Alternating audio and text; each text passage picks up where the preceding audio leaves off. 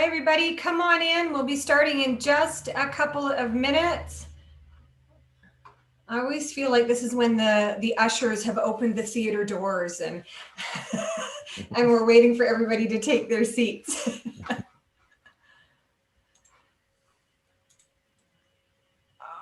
Okay. And our participant list is slowly climbing. That's great. I think this is a really important topic for our Yorkville University Toronto Film School community. So it's nice to see that participant list climb. And of course, if you are joining us on YouTube, watching the live stream, we are obviously thrilled to have you there, but please keep in mind that we are not able to monitor the YouTube comments while we're live in Zoom. So if you want to interact with today's speaker, I really encourage you to do a quick registration on the Zoom link so that you can join us live in Zoom.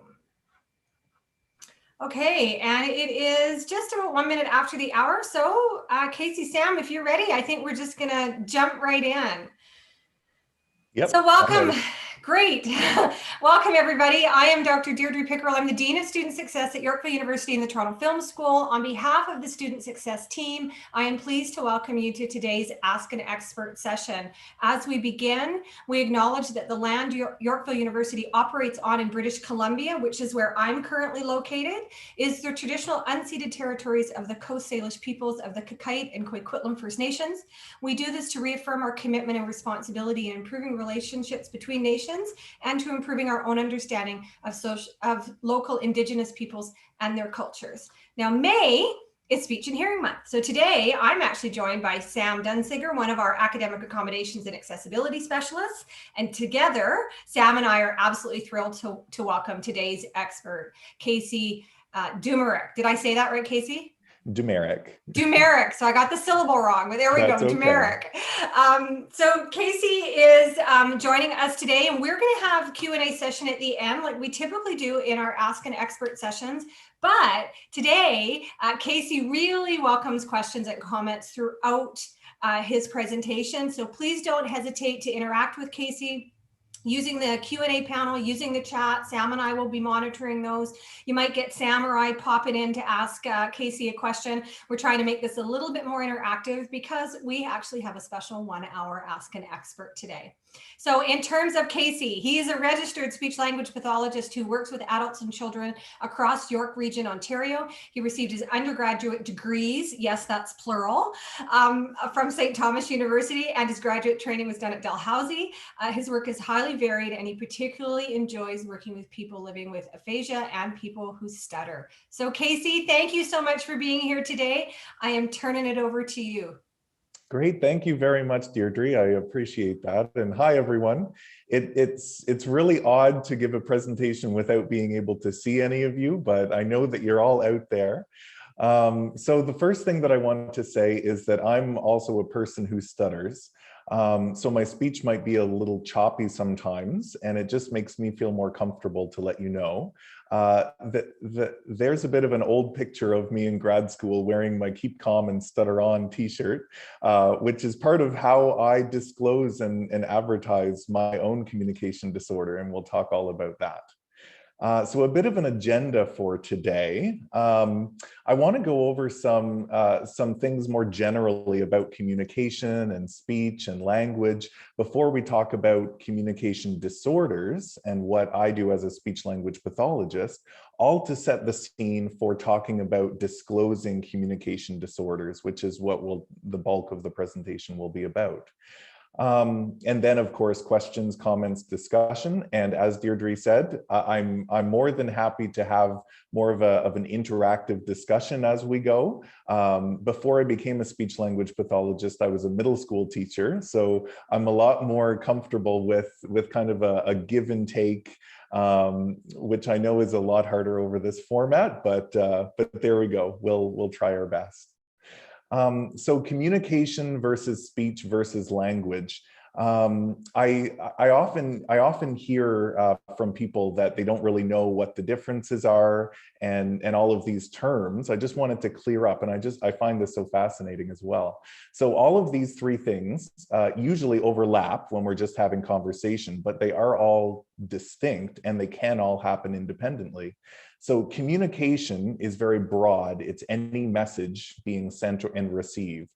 And it can include speech and language, but it can also include body language, facial expressions, gestures. A lot of other living things, like other animals, also communicate in very complex ways. Whereas language, as far as we know, is a uniquely human ability. It's a human cognitive process that happens in our brains.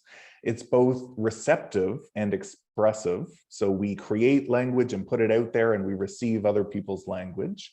One of the rules about language is that it has grammar, which means basically there are very set specific rules for how language is constructed. We have to put our words and our symbols, our language symbols, in specific orders for it to make sense.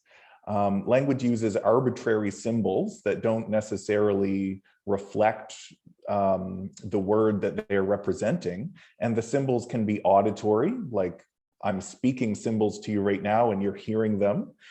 They can be written, like reading and writing, those symbols. They can be hand signs, like for sign languages like ASL.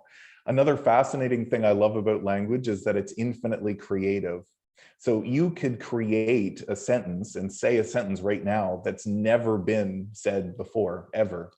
And we can understand what you're saying if we understand the language and the rules, the grammar that you're using to put that together, which I love. I could geek out about speech and language and all of this for hours, but I know that we don't have that time. And speech, on the other hand, just refers to sounds produced by the mouth and the throat. So that's communication, speech, and language. Within speech, and one of the other reasons why I'm going through all this is because communication disorders can happen in any of these aspects. So within speech, these four terms: voice, articulation, fluency, and resonance. Voice, when speech language pathologists use this term, we just mean the buzzing sound that's created in the throat, in the vocal folds. So it's the sound that you hear when I go, ah, that's just my voice. And so, for example, whispering is using speech without voice. And in English, we have some sounds that are voiced and some sounds that are voiceless. So right now, when I'm just running conversation, my vocal folds are turning on and turning off my voice a lot, very, very quickly, to represent all of the sounds that I'm making in the language that I'm delivering. Articulation refers to my articulators moving and rubbing up against each other, coming close to each other, stopping my air, stopping my voice. It's my tongue, my lips, my palate in my mouth, my jaw, my teeth, and moving all of those things shape the air and the voice that's coming up through my throat. Fluency is the coordination and smoothness that that goes into creating speech. And so because I'm a person who stutters, I have a fluency disorder. And resonance is refers to the flow of air and voice through the nose versus the mouth. So in English, some sounds are nasal sounds and some sounds are oral sounds, so through the nose or through the mouth. So some people might have a resonance disorder. For example, if someone has a cleft palate, they might not have that separation between their mouth and their nose. And so then if someone has a resonance disorder like that, some of their sounds that are should be nasal sounds will come out sounding like oral sounds, or the other way around. So before we talk about communication disorders, which is just disorders in any of these areas, are there any questions or comments or anything about anything that I've said? Yeah. Yes, Deirdre, go ahead. You had to know I was going to have questions. This is so fascinating already, Casey. So one of the things that struck me was around language's evolve is creative, right? Yes. That Yep. is, to me, it's also evolving, right? Like we Oh, see for new sure. words that are formed that we never would have seen before, and some words that we use now, we either never use, we haven't used, and we've lost words from Yes. our language. So that's also very interesting, that language is evolving, and I'm assuming that that is happening whether we speak English or any other language, that all of that evolution is happening regarding what your language is. I don't know if I'm using the Right. right terms, because Yes. I'm still new to all this. So that's very interesting, Casey. The other thing I wondered, in terms of your previous slide, and this may seem like a silly question, but where does accent come in? You know, people that have accents, or whether that's because they have, for example, they're from the UK, and so they, or Australia, so English is their first language, and so they have, in some cases, these lovely accents. But then we Yeah. also will have people that have English is their second or third language, and then their speech is accented because of. So where does that all fit in? Yeah, excellent questions. I love this. So first of all, yes, you are very correct that living languages that people speak as their first language, are ever evolving, ever changing, ever growing. And a fascinating thing that I like is that English, for example, any language, but English isn't defined by what you find in language textbooks that we all use in middle school, right? So what English is the language that native English speakers speak. And so there's sometimes a bit of an argument between when language evolves, there's sometimes a bit of an argument when we start using words in different ways than appear in the textbooks, and saying that that's incorrect, as opposed to the way that people speak naturally, and the way that the language grows and evolves by definition is the language. And what we put in the textbooks is just us trying to document that, really. Wow, fascinating. Yeah.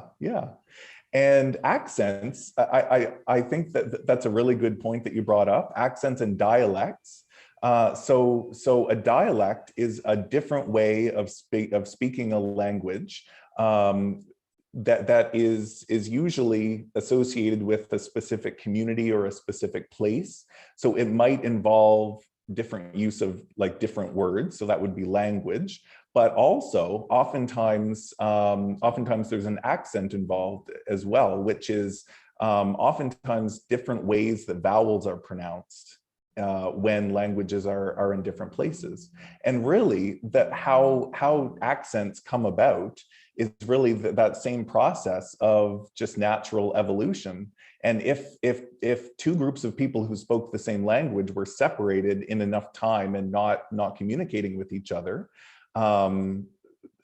it would evolve. They would evolve different dialects, including different accents, and then over time, they would develop into different languages, which is exactly how languages evolve and are created in the first place. Right. So this would be a really good example, I think, would be our Quebecois versus Parisian French, right? It's the same language, but I have friends that are both, and sometimes they have trouble understanding each other because one of them was raised in France and one of them was raised in Quebec, and so they have just a different approach to the language of French. Is that right? Like, do I have that right? Like the French language? Yeah. Okay. That's right. Yeah. So they might use different words to mean the same thing, and then the way that they pronounce the same word might be a little bit different as well. Right. So it's both speech and language. Yeah. Wow, fascinating. Okay. Yeah. All right, I'm done with questions. Okay. At least for now. Okay, perfect. Yeah. So communication disorders can happen in any of these areas. You can have language disorders, you can have speech disorders. More specifically, you can have articulation disorders, fluency disorders, anything that we talked about. And there's two main causes of communication disorders. So we have developmental disorders. So those happen either from birth. They might develop naturally in childhood. Like, for example, I developed my stuttering when I was around 6 or 7 years old. Someone might have a genetic predisposition to develop a disorder. And some common examples of communication disorders that are developmental would be speech sound disorders. So if a child developed their speech, but their S sound sounded a bit slushy, like they had a lisp, or the R sound, or stuttering, cleft lip and palate, apraxia of speech. There's lots of developmental communication disorders. And then there are acquired communication disorders. So these can happen to people of any age. Most of the time we think of older adults, though, who have acquired communication disorders, whether it's from a stroke, whether it's from a brain injury, happening, maybe a car accident, for example, if someone hits their head, or a disease like dementia, Alzheimer's, Parkinson's, etc.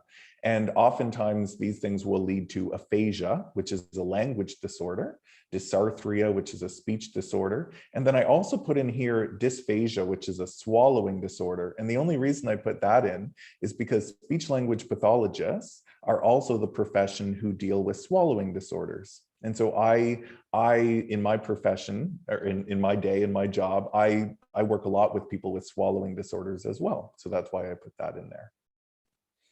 And just a note about hearing, because I don't know if you've noticed or not, but I haven't mentioned hearing yet. And hearing is a very important part of communication. The reason I haven't mentioned it is because I'm not an audiologist. So I'm not as familiar with hearing disorders. So the profession for hearing is audiologists. And then the profession for all of the other aspects of communication is a speech language pathologist.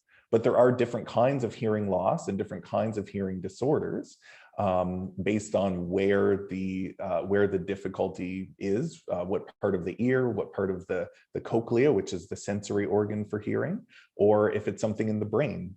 And different types of treatment or hearing aids can be used depending on the type of hearing loss, or maybe no treatment is necessary. For example, there are a lot of people in the deaf community who live their lives in the deaf community. Maybe they go to Gallaudet University in Washington, D.C., which is a completely deaf university. They live their life in ASL, and maybe they don't consider that they have a disability.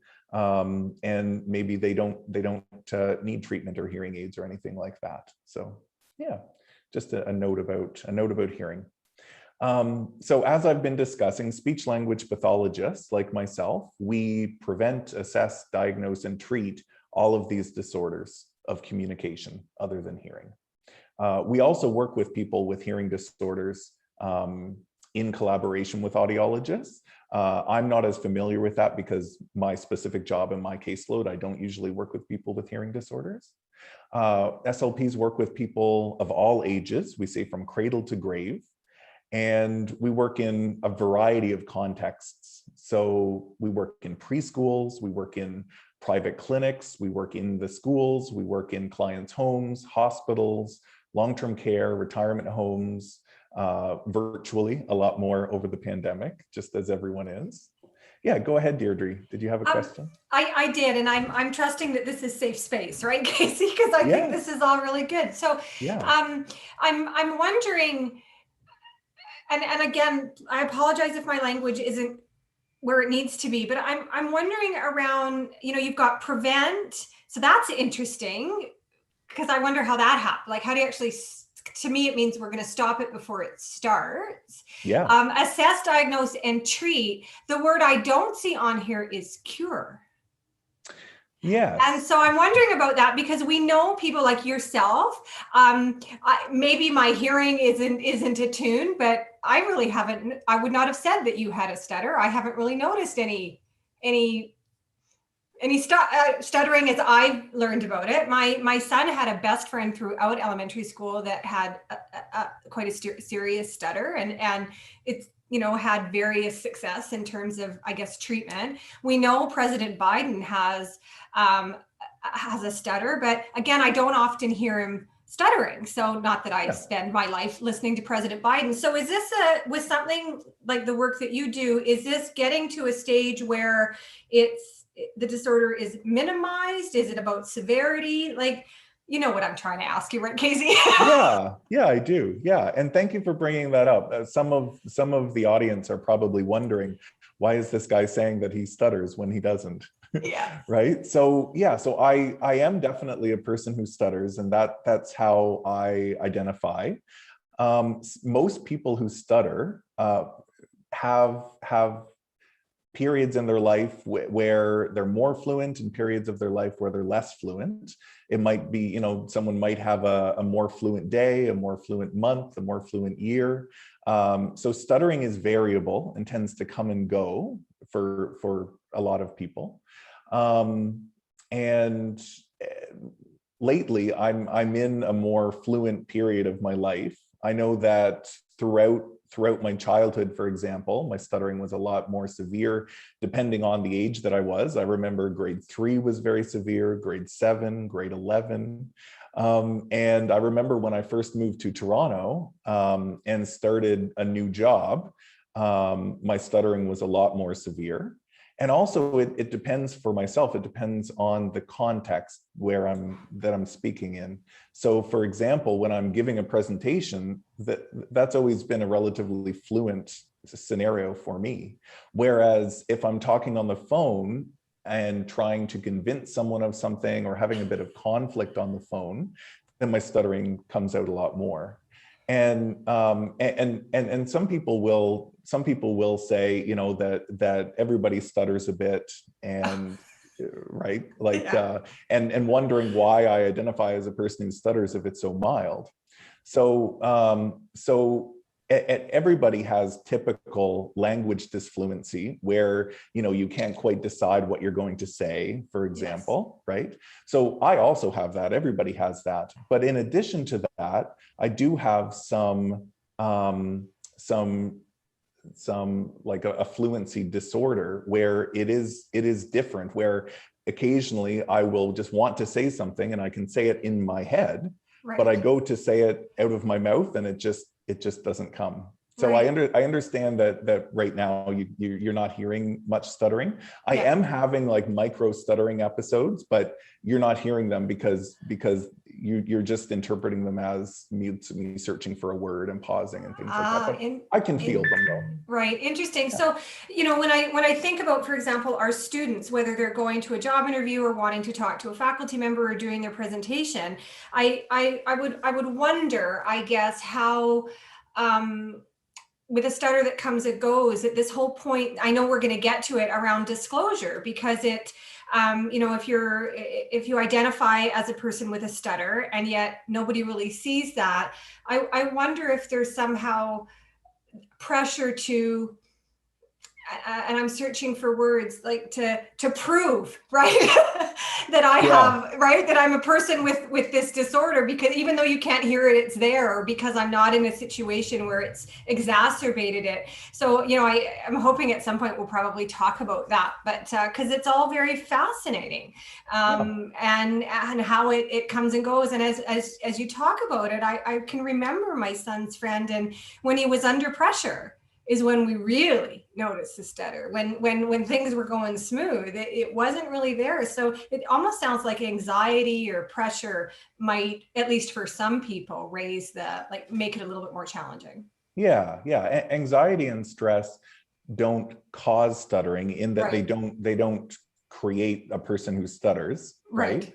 But things like anxiety and stress, and depending on how we see our stutter and how we react to it and how we respond to it and feel about it, can definitely change our stutter. And I know for me, learning how to become more open about my stuttering and trying not to prevent myself from stuttering has really been really fluency inducing for me, and has given me a lot more fluency. So disclosing my stutter, being really open about it, and not trying to hide it, is part of why I'm able to, and am able to speak and not and you not be able to hear it, which is a bit ironic, right? Yeah, absolutely. Yeah. So Yeah. and I'll talk a lot more about my experience later as well in the. Perfect. Well, Michelle, one of our attendees, wanted you to know that you're talking really well. So you're doing good. Thank you. But we did have a question, and so while we're kind of in this pause, if it's okay, one of our attendees has said that her mom passed away from Alzheimer's last year, and in her final year, she increasingly spoke like kind of gibberish, where she would form random sounds and use them as words, but they had no meaning. So we could not really understand what she was so passionately trying to express. Oh, my heart goes out to you. What causes that in Alzheimer's patients? Yeah, so that sounds like it would be a type of aphasia. So basically, as the brain tissue deteriorates and as we go through the disorder and things change in the brain structures, it can result in language not working the way that it should. There's different types of aphasia. So some people with aphasia it'll be like they know what they want to say, but they go to say it, and it's like having that that feeling that there's something on the tip of your tongue, but you just can't quite find the word. Some people experience that type of aphasia, whereas other people experience a more receptive aphasia, where they seem to just be speaking very fluently. They seem to be acting as though they know what they want to say, but it's coming out as just random words and gibberish, and that is usually paired with some blissful ignorance of the disorder, right? They'll just say random words, and they won't seem to realize that they're not making sense. And it seems like they're making sense to themselves, but not to other people, right? Right. So yeah, and that can also happen post-stroke. It can happen in any disorder that changes brain tissues and degeneration of some brain structures. Yeah. Right. Okay. We've got one of our participants has raised her hand. I've never used this feature before, so I'm not sure what to do. So Maxine, I can see that you've raised your hand twice, and honestly, I don't really know what to do. So, and now I can't find you in my list. So if you want to use the chat feature to post your question to Casey, or use the Q&A, I'm monitoring that actively. I can also apparently hit allow to talk. Do you think we should try that? Well, sure. Why don't we try that? So Maxine, if you're on, if you have a microphone, you should be able to talk. Well, actually, I don't know. Well, there's Maxine working. And Mary. I see. Maxine. That's because I don't know what I'm doing. And they're both muted, Maxine and Mary. So it looks like it. So I'm not sure. And Maxine, of course, we don't know if she's got a microphone. So Maxine, please, I can see that you're raising your hand. We really want to hear from you. So if you could type in the chat, then I'll definitely put that forward to Casey. So Casey, thanks so much. I'll let you get back to it. It's so fascinating. Yeah, not a problem. And also, just to make a point about prevention. So some communication disorders can be prevented. For example, I'm thinking voice disorders. So a teacher who is talking a lot all day, maybe speaking very loudly, can do some things to help prevent getting a voice disorder. Maybe, and we call it vocal hygiene, like speaking in ways that are healthier for the vocal folds, so that they don't acquire a communication disorder, a voice disorder. Like what singers do to strengthen. Yes. Exactly. Fascinating. That's right. That's right. Wow. And yes, we don't usually talk about curing. Now that's not to say that, you know, some communication disorders can be treated and managed to a point where they're effectively cured, and some can't. For example, stuttering. I wouldn't ever say that I'm cured of my stutter, even though I have done a lot to manage it. And treat it.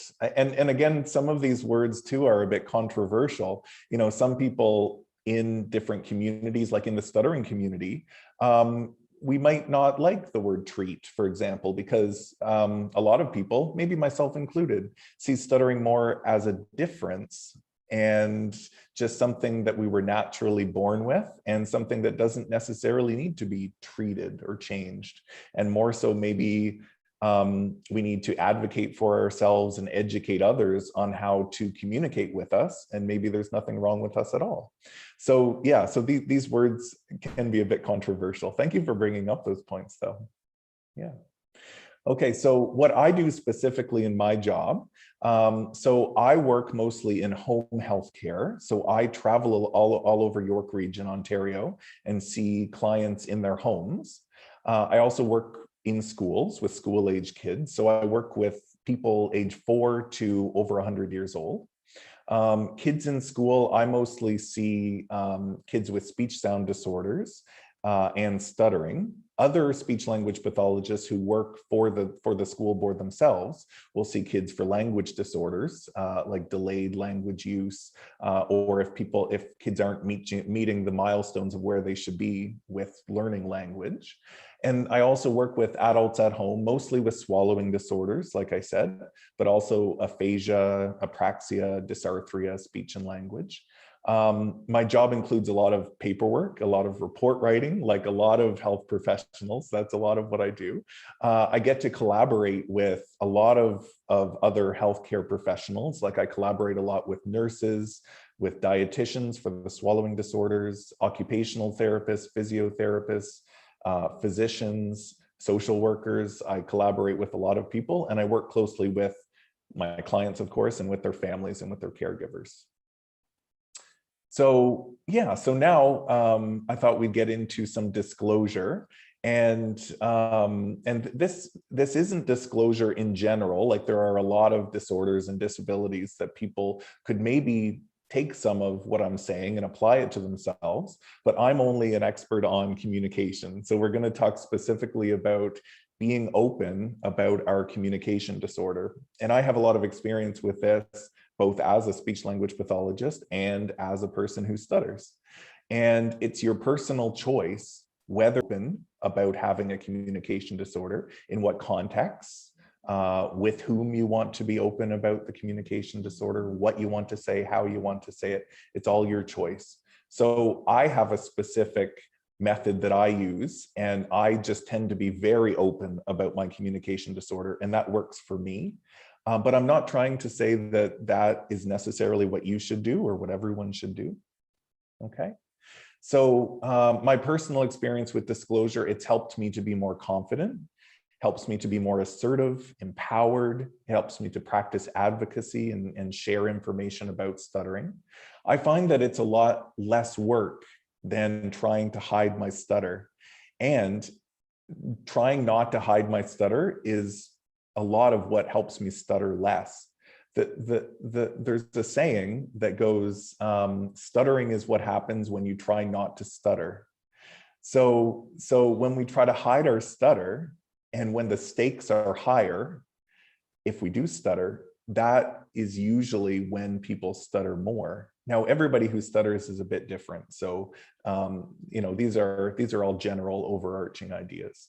And you probably noticed that I disclosed that I stuttered at the first of this presentation. So let's break that down a bit. So first of all, I practiced that little script that I used. I've used it before. When I have clients and I'm telling them to disclose their stuttering at the first of a presentation, let's say it's a high school student I'm working with and they have a presentation come up, we talk about why they might want to disclose their stuttering, why that might be beneficial for them. They're on board. And most of the time people think, oh yeah, they can just kind of make it up as they go. And then we do some role play. And it's a lot harder to make that up as you go. Oftentimes, if you just try to disclose and say that you stutter, I know for myself, I often will apologize, or I used to apologize for my stutter and say something like, oh, sorry, I stutter. Oh, I just wanted to let you know I stutter. Oh, I'm sorry, my speech might be choppy, whatever. So if you kind of create a script for yourself and think about what you want to say and why. So for example, what I said, before we begin, I want to let you know I'm a person who stutters. That's just a statement, right? I set the tone that I'm confident, I'm assertive, I stutter. I used person first language, which I didn't necessarily have to do. I could have said I'm a stutterer. This is just the language that I prefer to use for myself. I didn't apologize. I just said I'm a person who stutters. And then, because people might not understand what I mean by that, they might not understand what stuttering is. They might not know, they might have misheard me, and thinking, what? Sorry, he said he stuttered. So I say, so my speech might be a bit choppy sometimes. I just explain it a little bit. And then I'm picturing, if I was an audience member, I would think, why is he telling me this, right? So next, I tell the audience what I want them to do with this information. I basically tell them, I don't need anything from you. This is just for me. I said, it just makes me feel more comfortable to let you know. So then the audience is at ease and thinking, okay, great. And they know that they don't have to do anything. And what are they thinking about me in that situation? It's a first impression. I hope and I think that it has me come across as assertive, confident, interesting, maybe. So that's kind of a breakdown of my disclosure that I usually use at the beginning of presentations, workshops, whatever. And if I was still in school, I would use this before every time I did a presentation, for example. So before we move on to why I disclose before a presentation, are there any questions or comments about this? Yeah, I think I'm not sure if this is kind of the right place to ask the question, but I'm trying to, kind of ask them as they come in. So can a student struggling with dyslexia have trouble with speech? And if yes, what recommendations can you have for our advisors in terms of supporting students with dyslexia where it's impacting their speech, or can it impact their speech? That's a very good question. To be honest, I want to say I don't really know, to be honest. A lot of communication disorders are we say comorbid. They happen at the same time as a lot of other communication disorders. Dyslexia specifically, I think, is mostly just having to do with writing.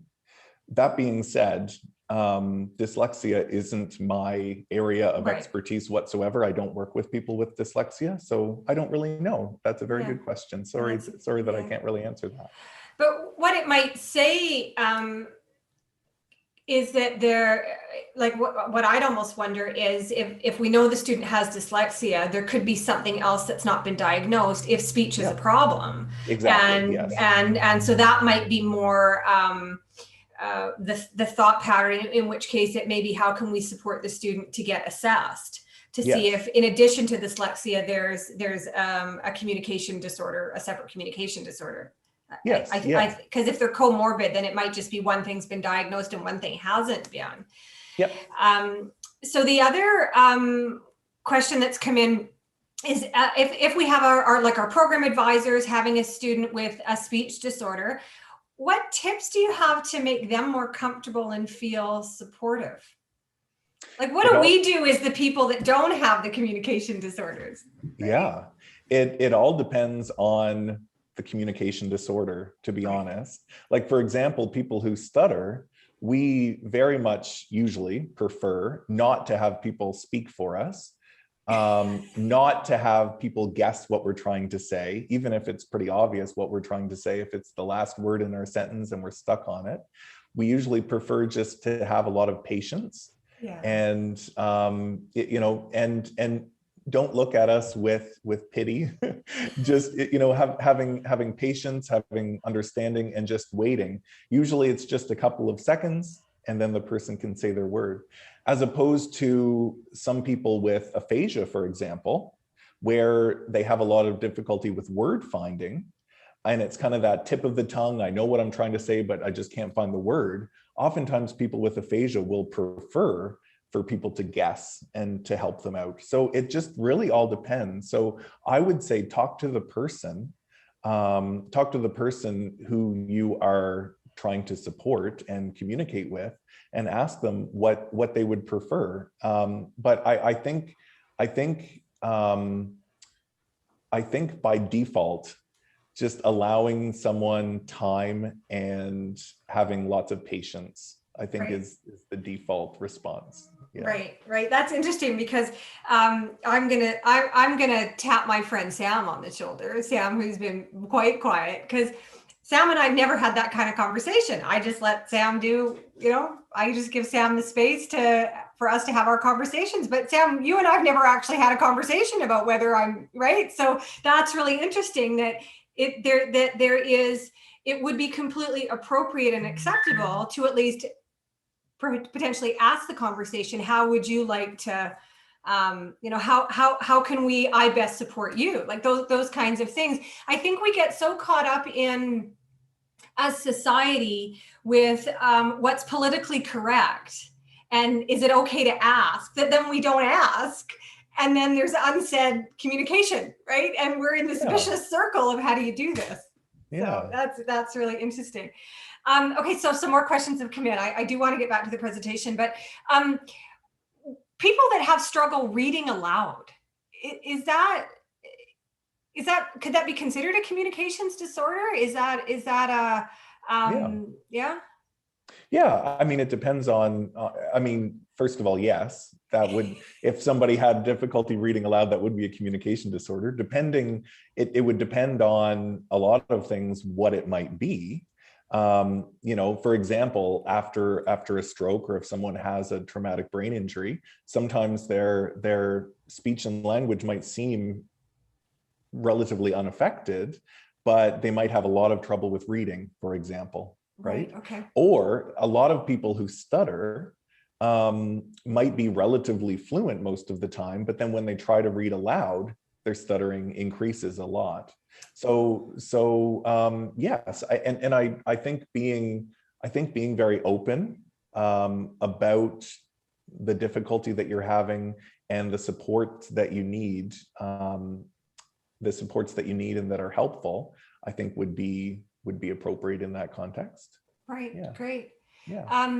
We've got a question that is about disclosure. Well, I think almost mostly a comment, but we have I think a student probably saying, sometimes I'm confused about disclosure because some of my audience may have previously heard me speak one-on-one with no stuttering or no overt stuttering, right?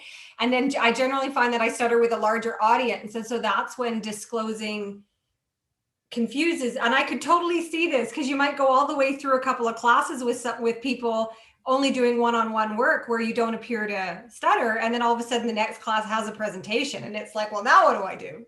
Yes. Yeah, exactly. And then you might get questions sometimes about, like, oh, you kind of like you asked me, Deirdre, right? Oh, you said that you stutter, but I haven't heard you stutter. And you might have to have that conversation that stuttering is different in different contexts.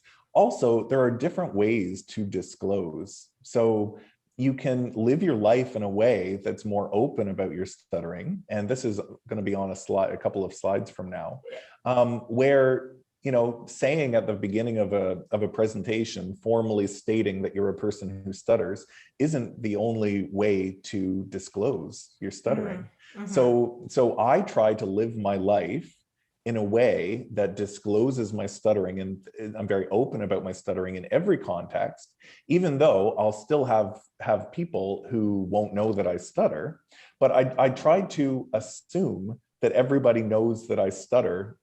And that just makes it easier for me, because if I do stutter, I'm not worried about what the person might think. Right. I mean, even though like a part of me still is, this is very difficult to do in practice, and it takes a lot of practice. Yeah. But yeah, that's an excellent point from that student. Yeah. Great. Yeah. Cool. Thanks, And Casey. yeah, you're welcome. And Sam, I know I'm just also conscious of the time. Yeah. I didn't know if you wanted to comment on any of this, Sam, because I know that you're also a person who stutters, and that's how I know Sam from our involvement in the Canadian Stuttering Association. I don't know if you have any input, Sam, but feel free to join in. Maybe not input, but I did have a question for you, Casey. So this like stems from my personal experience. So, and I find that I'm pretty pretty open about my stuttering too. Maybe not to the same extent as you are, but and I find that that like when disclosing to people, humor can help a lot with like disclosure. So do you ever, I don't know, how do you feel about like using humor like as a way to as a way to disclose? I love that idea, Sam. Yeah. And I don't think I'm as good of a comedian as you are. Sam is the stand-up comedian as well. I've been fortunate enough to see one of your sets, Sam. Yeah, I love that idea. Using humor as well. And different people are more comfortable with that than others, right? Using humor, even some like self-deprecation a little bit, depending on the person and how they do it. Yeah, I think that's great. Yeah. All right, I will move on just because I'm also conscious of the time. So, and a lot of this we've already discussed as well, but why do I disclose before a presentation?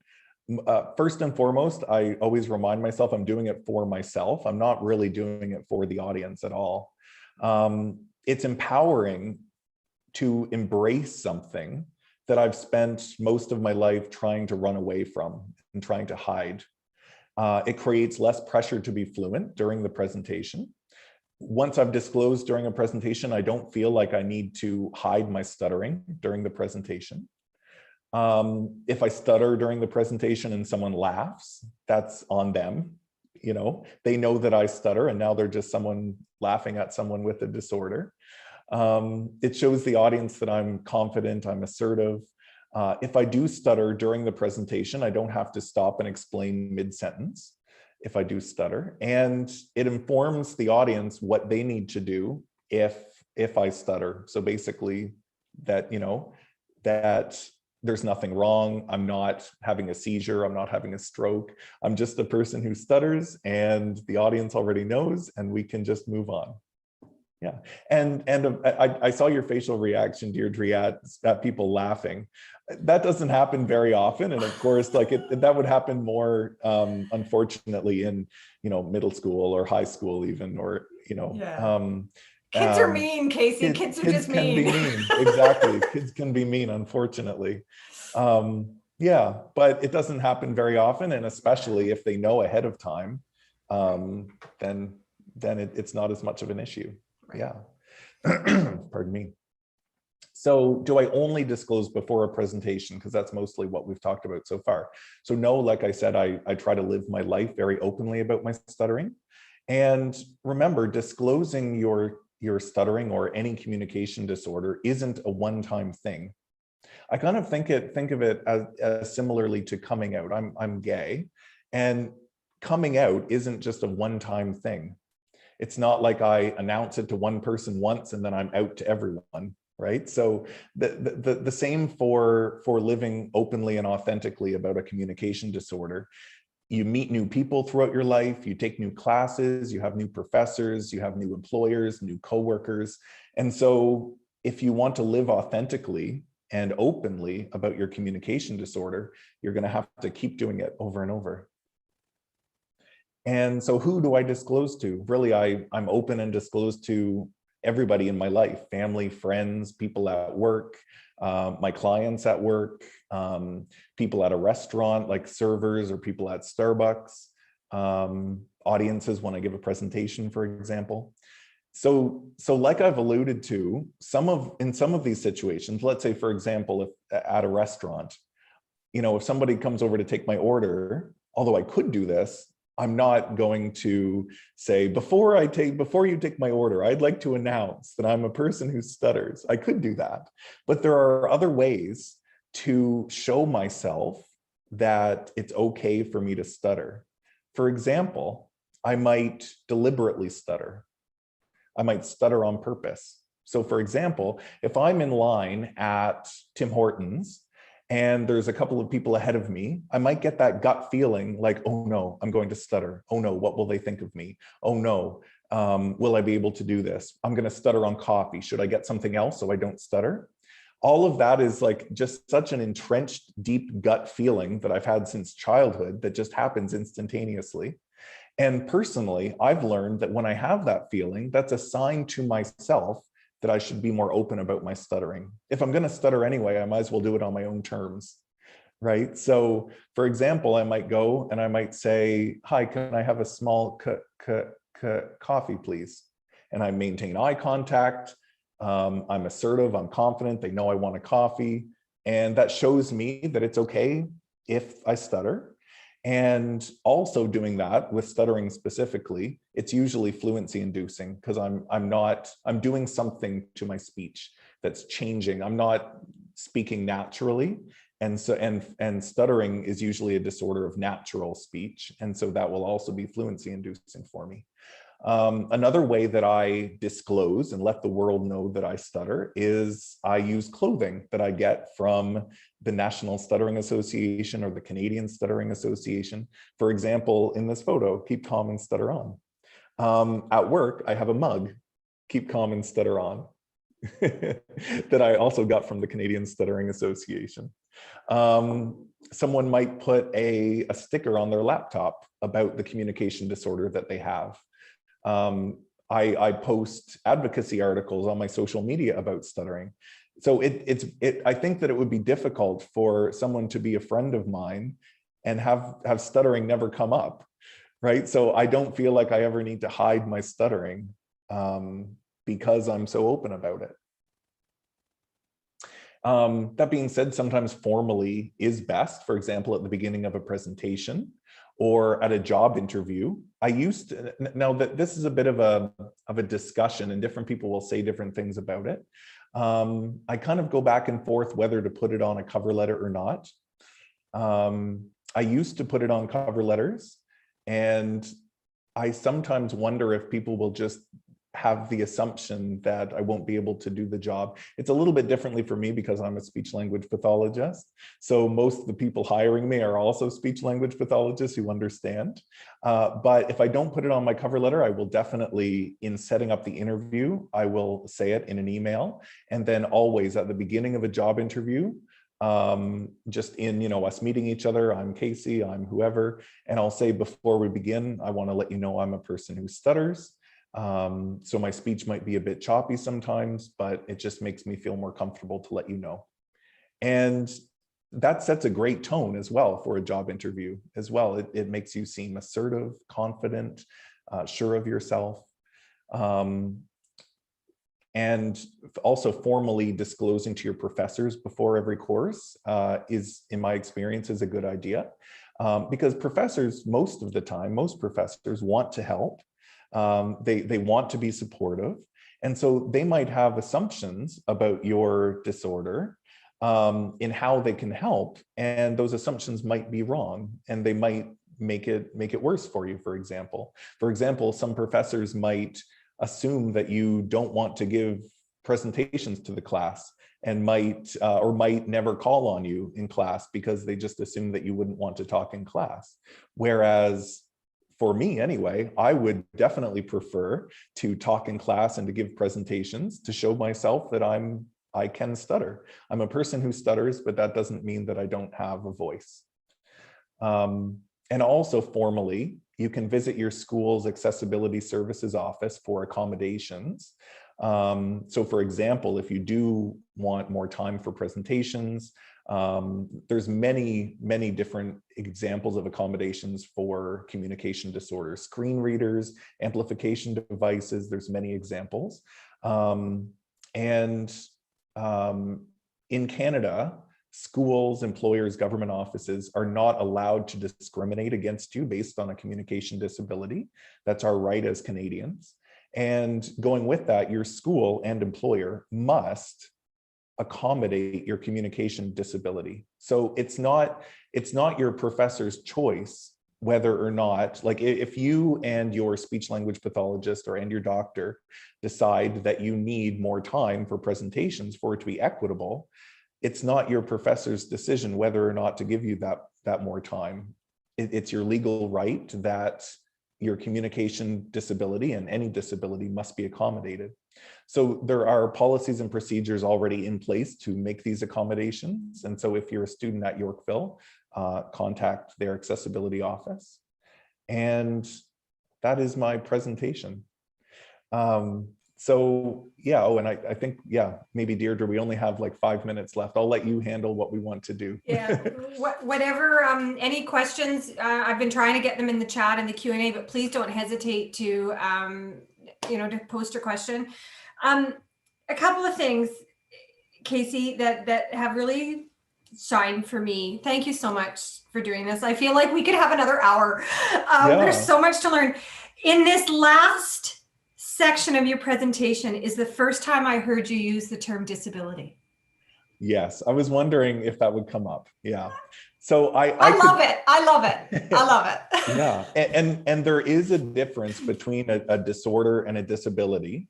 The reason why, when I was talking about legal protections, the reason why I switched to disability is because technically the legal protections are for a disability. The legal protections aren't necessarily for a disorder. Right. So what makes something a disability is if it is creating a restriction in your participation in life. Right. Yes. Right?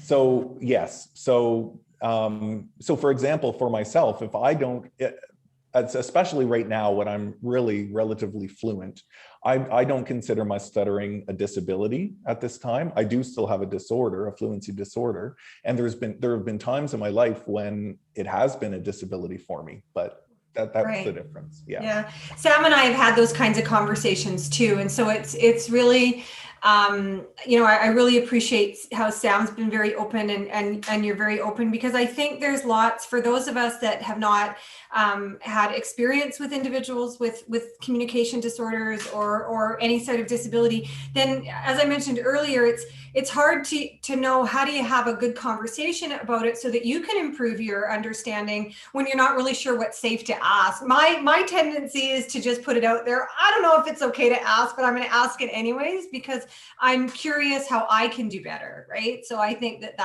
and you're not going to learn that unless you ask.